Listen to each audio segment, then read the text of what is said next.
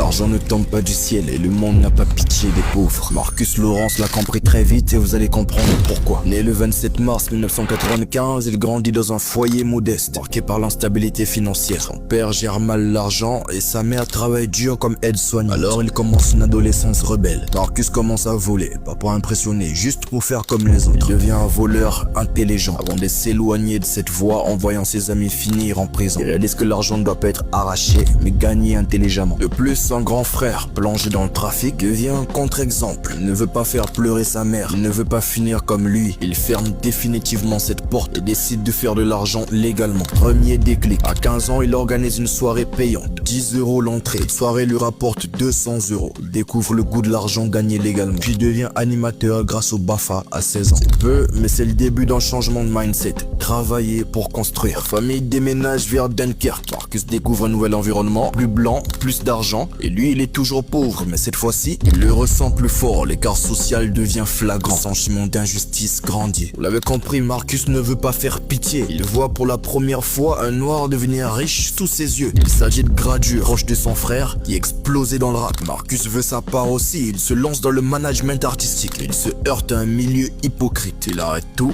mais garde cette ambition. Il recommence encore et il prend un job chez Domino's. Et c'est là que tout commence. Il fait la rencontre d'un homme qui deviendra par la suite sa deuxième grande inspiration. Donc Marcus a deux modèles positifs qui l'entourent, Gradure et son patron. Il choisit donc la voie de l'entrepreneuriat. En 2019, il découvre le dropshipping. Il apprend seul, contacte les anciens élèves de Yomi Denzel. Il est têtu et il réussit à rentrer dans des groupes privés. Il travaille sans relâche. Il fait ses premiers tests. De 400 €, il passe à 1600, puis 10 000, puis 50 000, jusqu'à faire 100 000 en 24 heures. Il applique les principes des livres qu'il lit. Il établit un plan précis. E-commerce, formation, logiciel et transmission. Il crée un groupe Facebook pour aider les débutants. Son premier événement cartonne. Il propose des coachings à 2500 €. 10 personnes signent en 1 heure. Le calcul est vite fait. Marcus Lawrence comprend qu'il a désormais une vraie légitimité. Les gens l'écoutent, ils lui font confiance. Il devient une figure parce qu'il présente des résultats. C'est l'une des seules figures publiques à livrer des secrets bruts du succès. Sans blabla, sans bullshit.